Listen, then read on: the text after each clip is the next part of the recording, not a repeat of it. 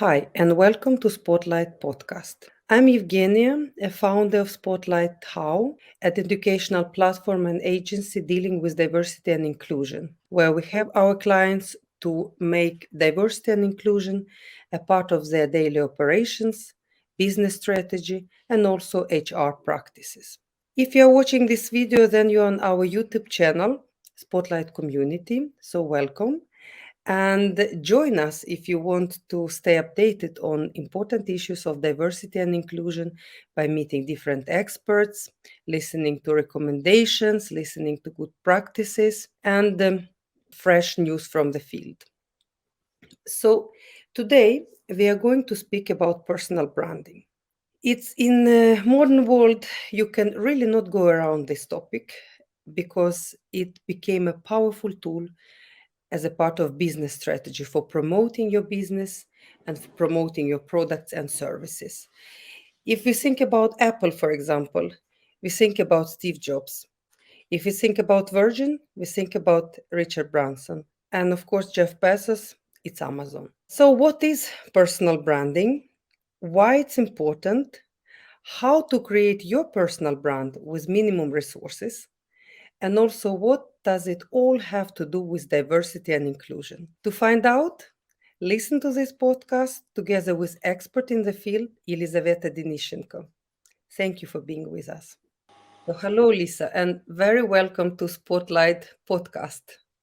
Thank you, Yeni, and thank you for having me here. And I'm very much excited about the topic that we are going to discuss today. Yes, me too, and especially to have your expertise on board as you have a background in strategic communication and personal branding is a part of it. You both have been studying this topic and also have been working with it a lot. So you have both academic background but also insights from the field, and this is what is very valuable for our audience to hear today. So thank you again. And let us then maybe start with a short introduction where you tell us a little bit more what is strategic communication and how are you related to personal branding concretely?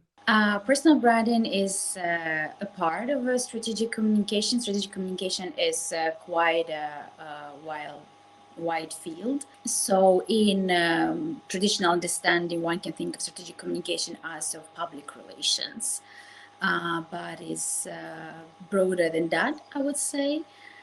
Strategic communication originated from political background as strategic centers of communication excellence, for instance.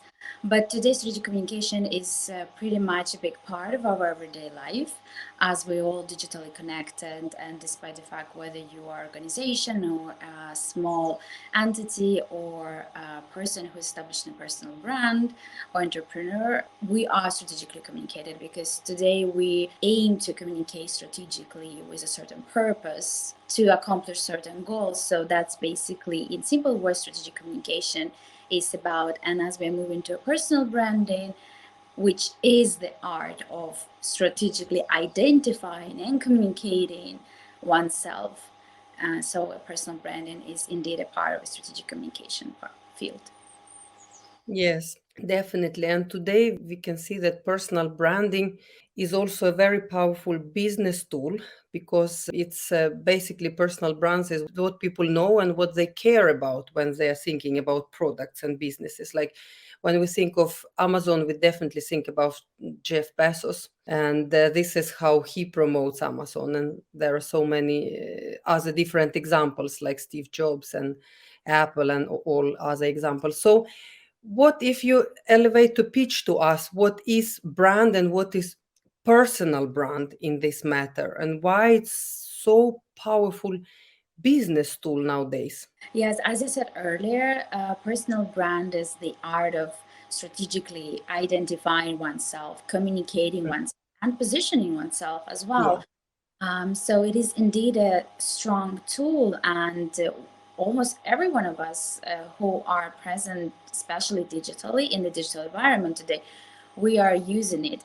But I would like to start with the word brand itself. Mhm. Yeah.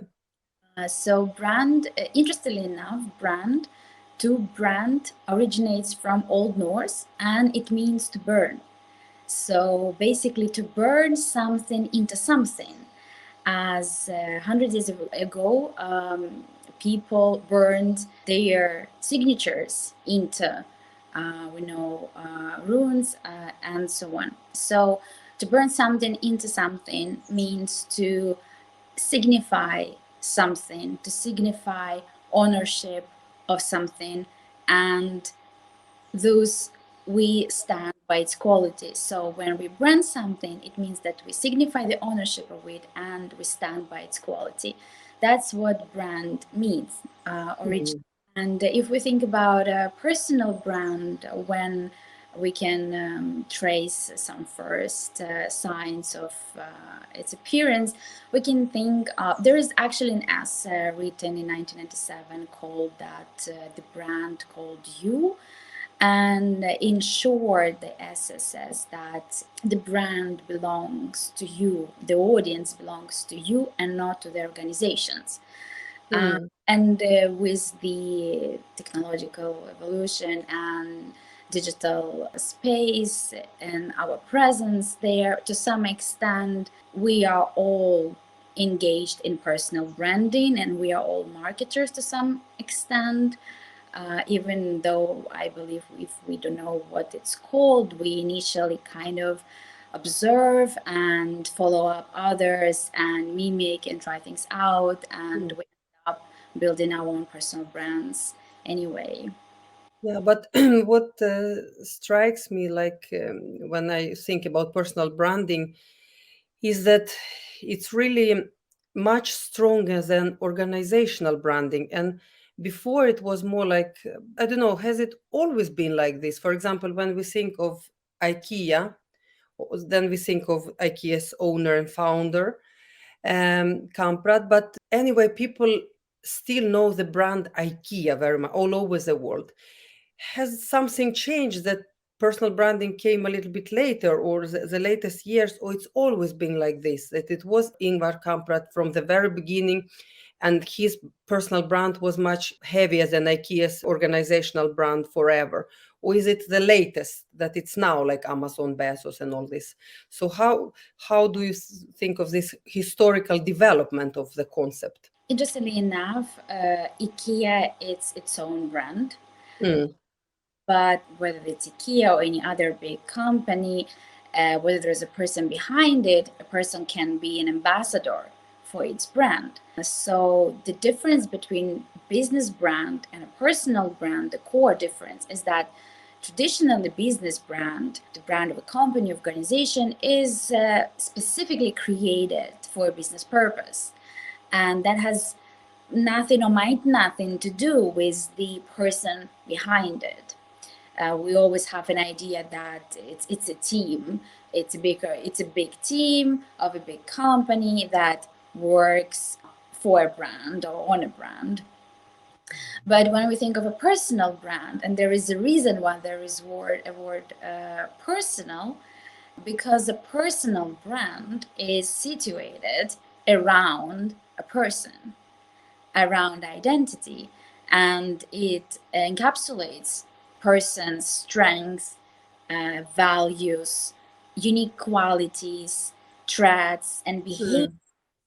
And it's way more flexible, it's way more real, it's way more authentic. I'm sorry. In this way, personal brand might be the same as for a business. It might represent both, but not necessarily. And also, personal brand might not have a goal to establish a business. So Mm. very often we might find a personal brand with a goal to become an influencer, but that might not have a business idea or business strategy behind it. Mm. Find that a personal brand is a business at the same time, while a personal brand is a brand on its own. And I will be talking further on of a great example of a successful personal brand, which is Hello Sunshine, is a brand of Reese Witherspoon. Mm. Yeah, it's a good example. Before we dig into that, I just notice correct me if I'm wrong, that it's anyway, I notice a kind of shift when people are more and more interested exactly in this person behind the brand, and it creates more like people associating with their brands. They associate with this person, they want to know more like about personal life, about everything behind the scene and how this brand was developed. So basically it's shifting from like this strong like IKEA or Nike, it's shifting more like who is behind lately. And I don't know if you follow him, Daniel Priestley. He, I think he's from Australia, but he's a businessman, and also he's talking about a key person of influence, this person who promotes the brand. And he says that there is no such thing as organizational brand anymore. It's only personal brand. So for business, it's only personal brand. And people really like, if you want to promote your thing, you cannot be faceless anymore. And he gives an example about Cristiano Ronaldo, that this club he is playing, which is 200 years football club, has many fewer followers than Ronaldo representing, and he's a person. So it's like, and the same with, for example, Virgin and Richard Branson. Like Richard Branson's social media profile has many more followers than Virgin, and actually people love and follow Virgin and his other products because of him. So that's for me is also like people somehow attach and really love to see the person behind the scene. It gives credibility or something. So what's your take on that, on this attachment to a person behind the scene? An interesting observation that there's no such thing as the organizational brand, although there still are, and we're still aware of big names as Coca-Cola and so on. But indeed, there is more interest in the person behind the brand than it used to be before. People built higher awareness of the brand, how it was built, what kind of values this brand brings, also socially and politically, and consumerism changes today. So if we think of Virgin and Branson, interestingly that he, in this case, is both. Richard Branson is his own brand, but he also is ambassador for company. So it's a great example how two is incorporated, encapsulated in one. Yeah, but the credibility part here, it's very interesting, because then I would like to point out the difference between reputation and brand. Because reputation and brand is not the same thing. Reputation is how other people, how other the audience, target audience, call it as you wish, see you, the company, how they create the opinion about you or the company. But that opinion is very much dependent on their experiences, their views, how well they see you, and how well the company or brand fits in according to their views. But personal brand is something different. Brand or personal brand in this case is the conscious choice of actions that one chooses to act upon in order to create an image in the audience. And those actions might not be the actions that fit in. And the reaction might be different from the audience. So brand itself gives a lot of opportunity, space for flexibility, for creativity, for standing out. So it has a different purpose in the beginning. And in fact, why a lot of people are digging deep who's behind that brand is because a personal brand per se is an emotional brand. And today there is a tendency that we will become more and more emotionally connected with brands, and that's why big brands might have been losing the audience while personal brands might be the audience, because it's about 62% of people who say that it's very important for them to feel connected and taken care of, because that defines how long term, or how, what kind of long-term relationship with the brand they will build, or whether they will build the long-term relationship with the brand, because we are emotionally connected. We have the bond, and the personal brand allows you create this authenticity, its transparency, and this feel of openness that Hmm. gives the audience a sense of relation and the connection and the bond. And this is a very strong long-term relation between the personal brand and the audience. So in this case, personal brand it gives much more opportunities. Yeah, definitely, definitely. And the same Daniel Priestley, whom I already mentioned today, he said that if you are a business owner in modern context, forget about faceless business. It's like you must go out there and show your face. And if you don't do it, probably you will lose the game in the long run. And if you feel uncomfortable, his analogy was like, yes, I don't like to fill in spreadsheets. I really think it's boring, but I still do it because it's like money, it's important. So he actually compared personal branding like the necessary component there in your business, that without that, probably you will even fail as a small business owner. So do you think it's that dramatic, or you think he exaggerates a bit there? That you still can only promote organizational brand as, I don't know, clothes for kids, and you don't need to show your kids how you created it? And is it possible, or is he right? I believe that an organizational brand can exist without a personal brand. As I said, Okay. different purposes. They might overlap, but they might not overlap. Thinking of organization and the brand of the organization, what I believe that the organizational brand might not be able to survive without is the employee brand. Is when the internal communication and internal structures do not create a sense of belonging within the company, and Mm, employees apply that brand on themselves. So that might create a conflict internally, and that might damage the organizational brand, and organization's reputation as well.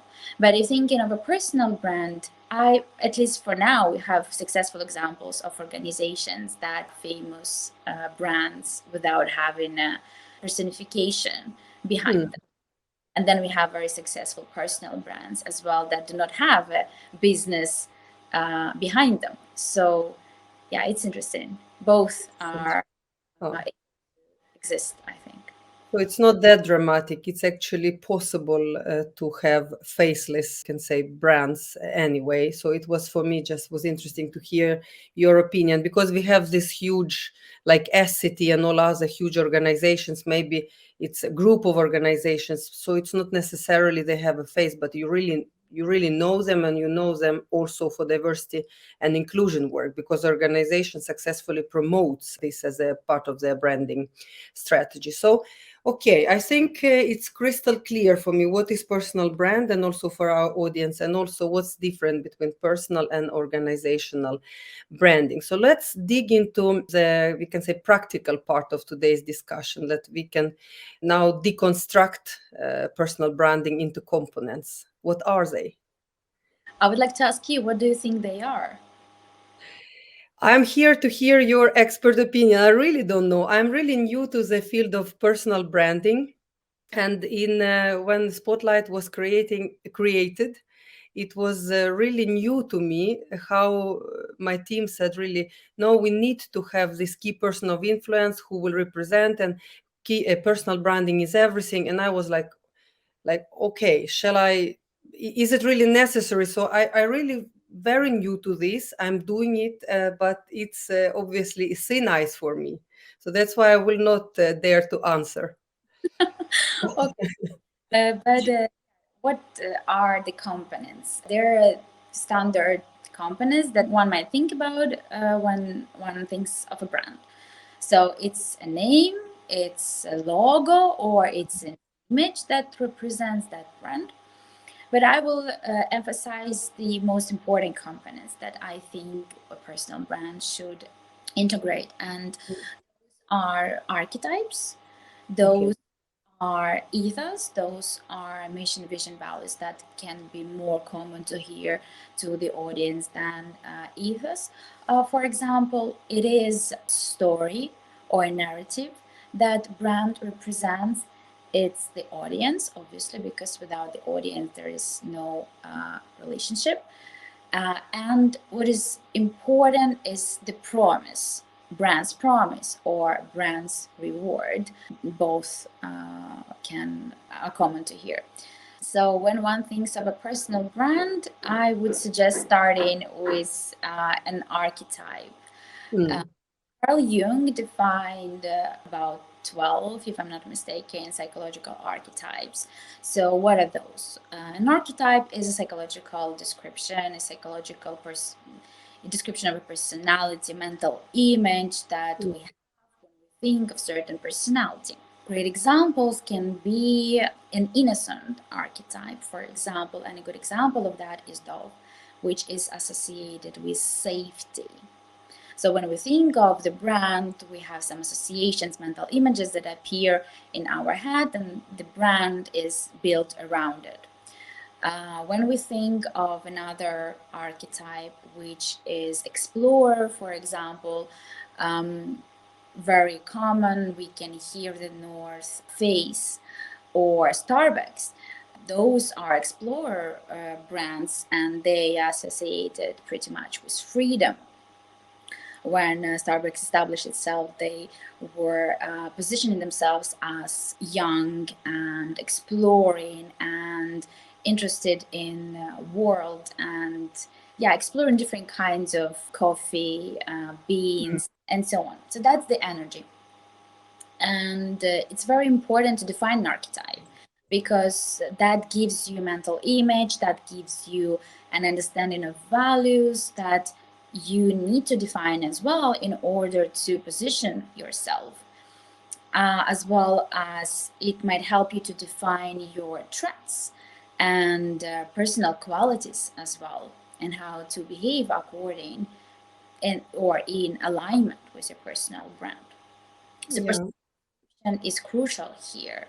And that takes some self awareness and consciousness and understanding of what you want.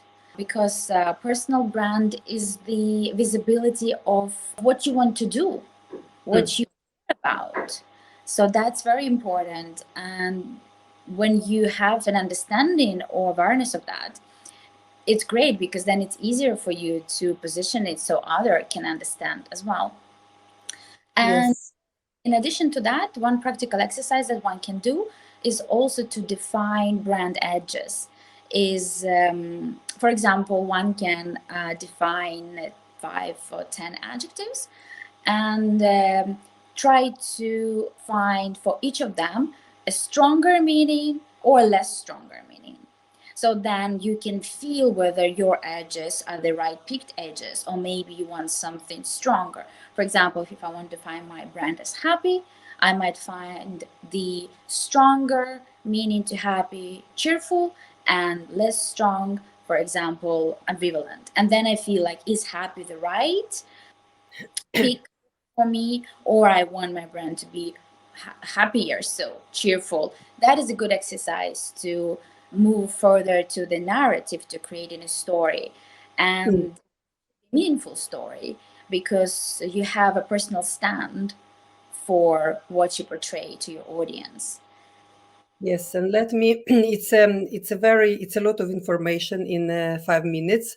So let me break it down in two pieces for our audience, because if you are not very much familiar with branding and branding strategies and how they build and how, so it's a little bit piece to swallow, because I was there. That's why I'm saying we are part of one team, you and Melissa, and you actually presented these archetypes, Jung's archetypes, to me, and for me it was first time in my life I met them. I've been worked in many companies and we've been building websites and we're building identities and try to represent something. But I understood why it was so difficult before for me, because it was like rootless. You try to come up with something, but you have nothing to hang on. But it's like a Christmas tree, basically, these archetypes. And then you hang your Christmas decoration on it, because these adjectives and everything else. So that's why I want to rewind back to archetypes. When you presented this archetype in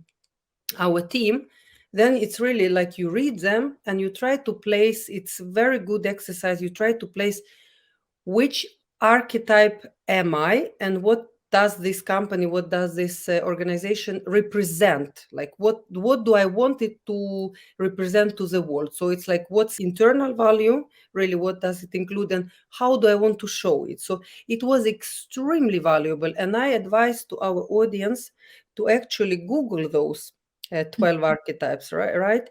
And read through them. If you are thinking about rebranding, or you want like to make sharper what you are going to show to to your target group, it's really valuable to read, and it costs nothing. It's really very good, even for those who are really unaware and don't have a lot of money to hire some brand specialists like Lisa. So it's just to read and to choose archetype and to build everything, the story, website, and all you build on social media, build around this. And it's actually helpful for me, who is totally branding unaware. As I said, for everything is new for me. So it places you in the right direction. So if we give an example to our audience, Lisa, about branding archetypes, you know them so well, and you don't know maybe too much about Spotlight, but of what you know, what's Spotlight for you? What archetype is that? And why? So just to, it's any which comes up to your mind. It's fun to know, just and to show as example what we mean by those archetypes, so people can Google. Yes. Let me think. It's okay. While we're listening to your wonderful background, maybe people who are watching and listening are Googling right now these archetypes while you're thinking. I mean, the field of diversity and inclusion, we know that it's not new, but as one might say, that's not how you start within a new field or not. It's about how you do in this field. So I think I would still think of Spotlight as of explorer to some extent, because the way diversity and inclusion presented and integrated in companies, for me it's different from the more of standard way of working with diversity and inclusion in the company, if I might say. But as well, it is a combination of a sash, I would say, because Spotlight carries the knowledge, the expertise. Yeah. So Explorer and Sash. So Sash is more like academic part, like universities, and Explorer, which other brand is Explorer, just to understand something similar to Spotlight. Explore something similar to Spotlight, I may not say like that right away, but SAJ not necessarily associated with academia or universities. It's information, passing information, and communicating it, and the idea is because it's not even only passing the information, it's also having human touch to it, because when you work with diversity and inclusion, you work with people directly, and you work with their experiences and their views and life views and life beliefs, and all those attributes that we are taught while upbringing and by society. So it's a combination of both. It's working with information, communicating that knowledge, adjusting it to one's needs. So I would say both. It totally resonates. Now, when you say it, that yes, the combination of these two, I couldn't think better myself, because it's definitely a new way how Spotlight looks at diversity and inclusion. It's not this traditional come here and do a general training way, or like these assessments which are done once per year. When you tick the boxes, you don't know why you're ticking, and it's like what to do with that info. A Spotlight agency, where we meet our clients, it's totally different. How we are measuring, how we are like integrating it as a part of operational work of organization. So, and we are still exploring, we are learning a lot on the way ourselves, because it's a new way, innovative way to deal with diversity and inclusion. And I think that many more organizations will follow us, because it's more and more popular and more important issue on the agenda. So it's definitely, it resonates, definitely explore. And so I'm taking a little bit of business consulting from you, Lisa, here, free of charge. So, and if we take, you mentioned also these adjectives, because this was also a great exercise coming from you. So now we know we are explorer and we are Sash, because we are giving information. So how do you propose to our audience who wants to do the same exercise now to deal with this words in practice, just to show an example of Spotlight, how you see it? For example, if we think of SASH, we usually think of knowledge that is associated with SASH.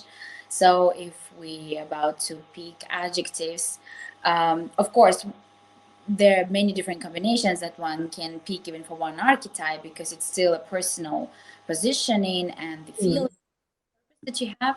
But for example, if we pick one, let's say knowledgeable, and I want to focus on positioning around that meaning that I carry information, I carry knowledge, then I might think of maybe, for me, right? For someone could be also different view on this, but for me, I would say a stronger adjective would be to be aware. So not only knowing but also being aware. For me, it's a stronger feeling when you're aware. And for less strong, for example, I might think of maybe informative. So informative, knowledgeable, and aware. So Mm-hmm. it's just that you know that there is information, but you might not use it. Knowledgeable is that you practiced this information, thus you carry the knowledge. And Mm-hmm. aware is that you you apply it on you. It's not only you know why you do it, but you are Mm. deeply aware of its roots. So this is the kind of progression one can make, and have a feeling like, okay, is that strong or less strong? Where am I actually standing with my brand? And that might help you also further define an audience, because if it's just to inform, that's one purpose and that's one goal, one audience. Then to share the knowledge, that it might be different audience and that might be different goal. Raise awareness, in practice awareness, and practice this specific knowledge in this field there might also require different audience and Mm. different. So yeah, this one of an example. Totally resonating. And because when we when it comes to Spotlight community, this channel on YouTube is basically for everyone. It's like informative, it's on this part of the scale, because it's really, we want to cover as broad as we can these topics of diversity and inclusion, to generally raise awareness in the society and in workplaces especially. But when it comes to agency, we are quite picky when we choose clients. So then we go to this extreme scale when you say aware, because we choose normally clients which are more or less aware what it is, and mostly why they need it, because we want to create a change. And without this awareness, our how, because it's Spotlight on how, our how doesn't work. Then you come and then you ask to, I don't know, provide a training on diversity, on discrimination law, on active measures, And this we don't do because there are so many others who do it and they do it brilliantly. So our niche is really it's a smaller audience, aware. Then they really know why they invite you, and they are ready. They're ready to hear the truth and make the change. So it's really also what you are telling now. It's really helpful also for your business strategy, because when you choose your audience and what you show through your personal branding and how you choose it, and also through organizational branding, it's really, this is how you yourself aware what you're looking for, and not just like, you know, everyone come here, because it's not truth. So it's really extremely helpful exercise, and I really advise for every, like for those of you who really want to try it, even for the brand which has been going on for a while, it's helpful to rethink a lot and to sharpen the strategy. So we have been speaking about this component, but you also mentioned brand edges. Is it something you want to develop more before we go? Because I wanted also, as much as I love to speak about Spotlight, and I would like to dedicate the whole program to it, but I want you also to give us some case studies of personal brands which are working and which are successful, so you deconstruct them today. But before we go into those case studies, you want to say something about these edges? Yeah, that's exactly what we just did. That's edges, and you said one should constantly reevaluate, because branding is a process. It's not something. It's not static, and a personal brand, especially because it directs to one's attributes and traits and views, and we aim to evolve, change, become better. So those a personal brand as well. So yeah, it's a process It's a indeed. process, exactly as diversity, equity, and inclusion. This we work with. It's a process. It's never static, and the success is to be aware and to work with it constantly. But okay, so now we know, we understand what personal brand is, how it differs from organizational brand, and also its components. And also, you gave two great exercises for anyone can do in order to like to establish or to reevaluate the current brand. So now I'm really eager to hear a successful example. What successful example in your understanding, and why? Successful is very it's the world that is very difficult to define, because to me might not be success to you, and success today might not be the same success for me tomorrow. So it is so individually defined word. But to think of a successful personal brand, I would like to come back to Reese Witherspoon and her Hello Sunshine brand.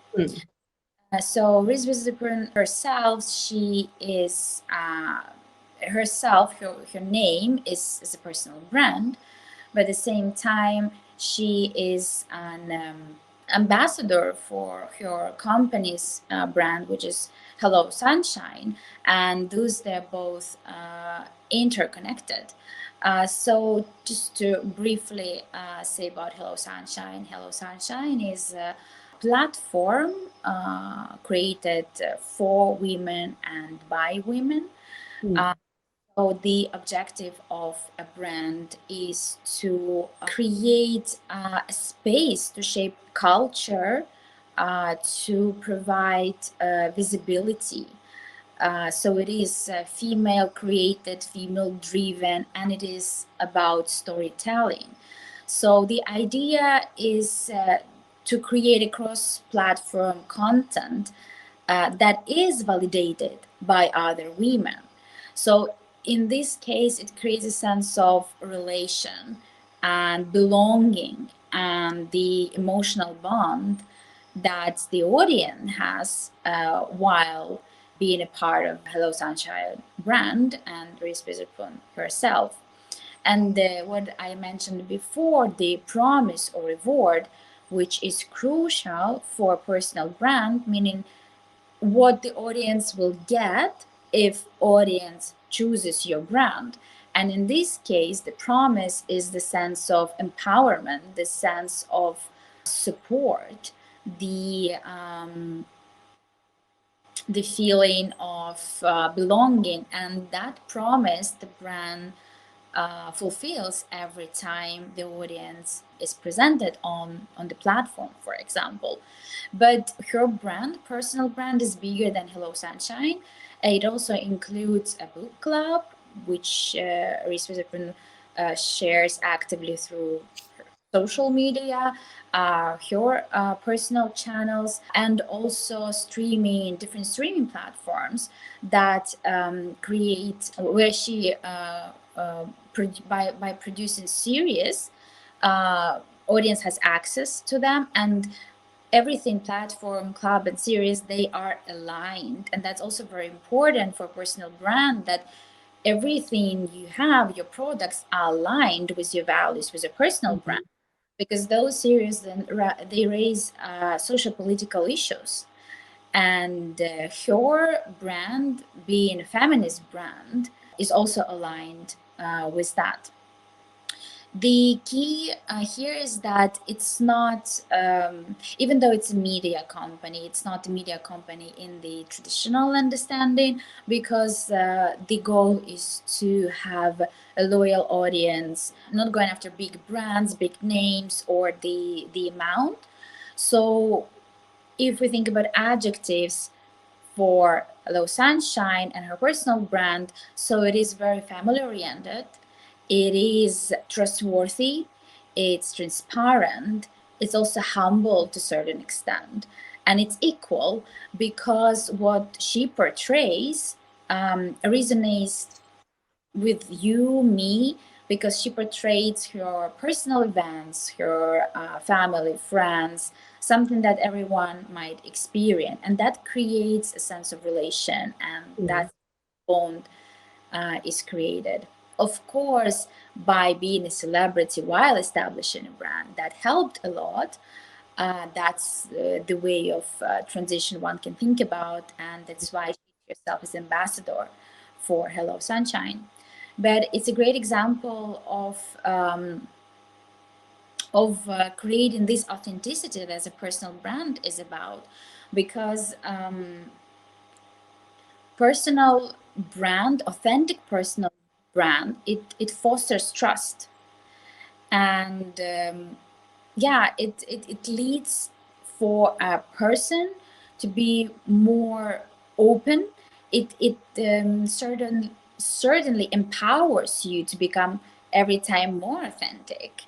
And as you become more open, it resonates with wider audience, and it's a kind of a feedback that one may receive and become even more open and even more authentic. And as a consequence, it creates a strong trust between the brand, personal brand, and the audience.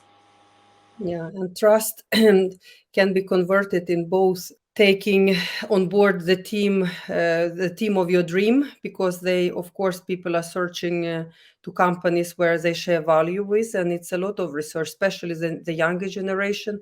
So this what it converts, and also money, because that audience you want to reach, they are your loyal audience. And even if it's of course easy, as you said, Lisa, for Reese Witherspoon, who is already having a name, to create a company and like support it as ambassador by her personal brand. But I'm also thinking it's the same for a little, I don't know, Mama's Little Bakery in Knivsta, where I live. If I want to promote it, so basically promote it quickly and like to have my loyal customers, it would certainly help also to show which values are behind this bakery, like it's a family place. I really love like maybe healthy sweets for the kids, or whatever you are thinking. So you are really if you are aware and how you promote your product by your personal branding, it's certainly a big boost, even though you're not Reese Witherspoon. This is what I'm spontaneously thinking for every one of us. Indeed, it's scale, which is different, and herself also building her personal brand through the choice of media visibility that she did, roles and representation, that also shows the values and what one stands for. So it's a process, and definitely, if scaling it down, it can be any idea, any experience one wants to share. This is what personal brands allows. It allows a room to grow. It allows room to change, to stand out, to be flexible, to be way more creative. That's also, for example, why for big companies, a personal brand or personification of a brand, or having someone with an ambassador role might not work, because it's way more difficult to become flexible when you are big. Mm, Easier to become flexible that you're smaller.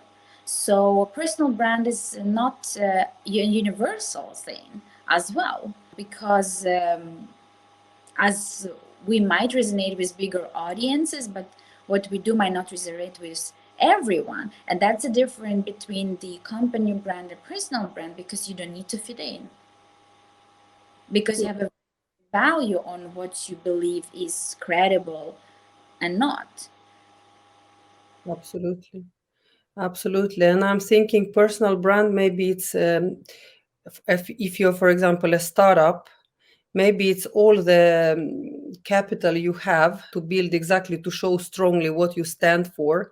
And I'm thinking at the beginning, when there is not a lot of money and not super structured organization, so maybe to attract the best talents and the first customers, it's the only way, this personal branding. And of course, when you say big companies which are established, it's different. But yeah, I think our audience is mostly those beginners or medium companies struggling with this issue. So it's good to have this analogy. But so, Lisa, step by step approach, somehow a checklist. If we go through from you as a professional in the field, what would you advise me as Jenny or Evgenia, if it's a full name, to build a strong personal brand for Spotlight? What are my steps? I would say first define your purpose, Hmm? define your personality, of course, know your audience, create a meaningful story around it, Mhm. communicate your brand, and socialize your brand. And there is a difference between those two, because when we communicate the brand, we choose different channels and we use that narrative that we want to communicate. But socializing the brand means that people who resonate with you will tell the stories. Hmm. Know those people who will tell your story, and know the story that you want those people to tell. And that might not be the same audience. Hmm. I would also recommend to stay flexible and evolving. It means to reevaluate and readjust. And there are different strategies for evaluation. What's most important here is to evaluate how the audience experiences your product and the environment where the audience experiences the product. And of course, the part where you actually deliver the promise. That's very important. Okay. So it's not, I mean, it's totally manageable, even for a little organization, it's totally manageable steps and plan. It's just basically to, if you yourself understand what it is, personal brand, and if you have like a kind of, you have written down what values you want to convey and what you want to show and who is your audience, and it's anyway part of your business plan, hopefully. But it's basically you follow this route, you are aware of this every time, everything you do, you think about it, and also like allow yourself to develop and evolve. As you said, it's because you grow, your brand grows, and hopefully for the better. So totally manageable steps. And now let's cherry on the top of this cake, which we have baked together, and I think it's a great cake today about personal branding. So this is diversity and inclusion, of course. How does it all is even connected? How is it all connected to diversity and inclusion, this personal branding topic? Yes, and I might surprise our audience, but a personal brand is at the core diversity and inclusion. Okay. Because first of all, the personal brand, it empowers you to be authentic. And thus it means that you accept what you portray. Hmm. And the more authentic you are, the bigger your audience. And that means that there is diverse audience for your personal brand. Hmm. At the same time, being inclusive kind of leads back to what I just said, because you allow the diversity being connected and working together within the environment of your personal brand. Hmm. Core here is authenticity. Authenticity within you and within the story that you're telling that resonates with different people, because it's about experiences. And also, it fosters inclusivity because it logically leads to trust and building trustworthy relationship. And that makes the space that you're providing for your audience being inclusive, because while you're authentic, while you are accepting, you have a stand and you care for what you say, what you do, Hmm. you're allowing other people being seen, being heard, being also valued. Hmm. So it is a very emotional relationship that one has with the audience, one has a personal brand. Absolutely. Absolutely. And that's what we've been talking before. Basically, if you have authentic personal brand and you live by the values you are showing in that brand, you try to show to your audience, basically, it gives you two very big fruits of this work. It's the best team. If you decide, of course, if you're solopreneur, something, it's one, but then it's definitely your audience. You will find, as you say, diverse audience, and also audience resonating exactly with your values. But if you're entrepreneur and having a team, you will attract the best talents by really showing to the world what you stand for when it comes to diversity and inclusion. What values are you? Do you believe in, and are you exercising in your around you in your team? So it's extremely important, because it's a part of your image, a part of your this authentic image. Because many companies, when I meet owners who are representing, who are this key person of influences, and also organizational brands, they do a lot for diversity and inclusion. A lot is happening and good stuff, but they somehow forget to tell about it, forget to show. And then how in the whole, like, how does the world find out about, how are the audience supposed to know what they stand for when it comes to these values, diversity, inclusion, and belonging?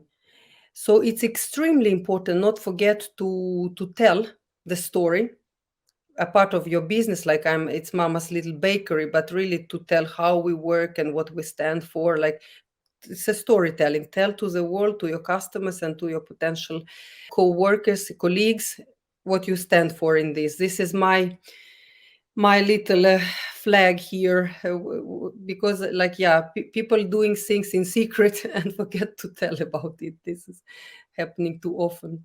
Absolutely. I think, and lucky us with the opportunities we have today, visibility is easy to some extent to create and to communicate.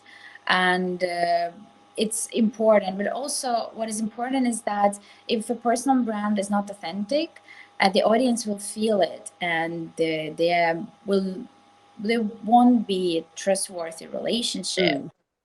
which is might be cause of personal brand is that it's time and energy consuming, because the personal brand is you, and you are your personal brand all the time in what you do, and you need to be aligned, because if you're not aligned, if there is the gap, something might not work between your personal brand and the audience.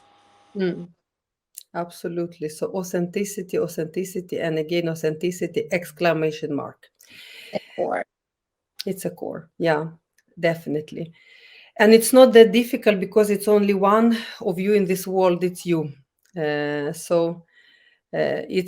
easy if you are aware and you have like, yeah, to be authentic, because nobody knows you better than you. So Lisa, we are reaching the end of this podcast, and it's, I feel it's still so much we could say, but we try to keep them to 1 hour, because this is how much time people have in this busy world to listen to information like this. And also it's a lot, it's very informative, so it's like to digest everything. So we have mentioned many pros for authentic personal branding.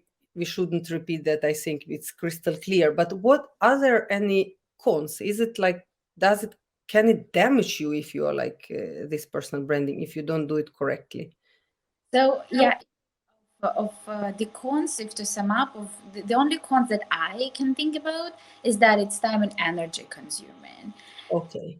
and because you're you all the time. It's not as an organizational brand, but so there's also different relationship with the audience. But if we think about the damage, if you're not synchronized with your values, your product, or the environment you create, whatever purpose of your personal brand is, if you're not synchronized, yeah, there might be damage because you're not standing for your values.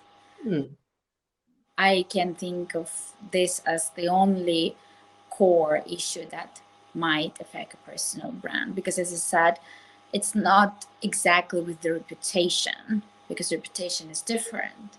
But once you build those relationships with your audience, it stays with you. But mm. again, if you're not synchronized with the product, the environment, it means that either you're not authentic enough to yourself and your stand and your values, or your brand, communicating your brand, socializing your brand needs improvement. Yeah. Yeah, and if you do not manage it yourself, ask an expert. It's worth, actually, it's a good investment. It's worth money and time to have to do this right. So, Lisa, I'm so grateful. I unfortunately 1 hour has passed too quickly.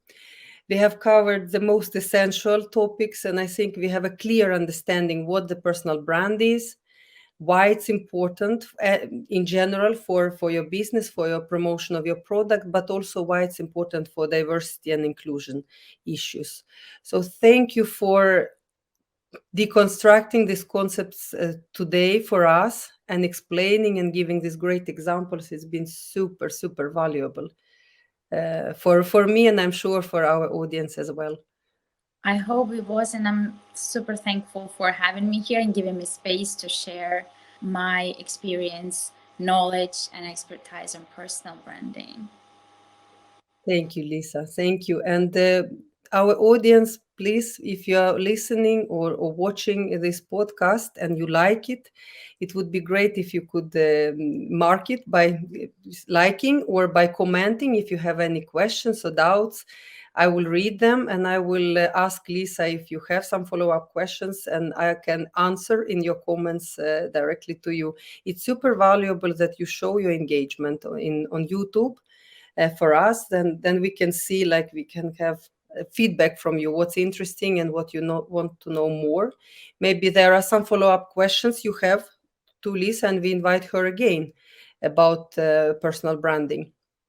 So it's really good if you signal that in this case on YouTube. So for me, thank you again, Lisa, and thank you for everyone who have been listening to this podcast. and we stay in touch and see you next week again. Bye.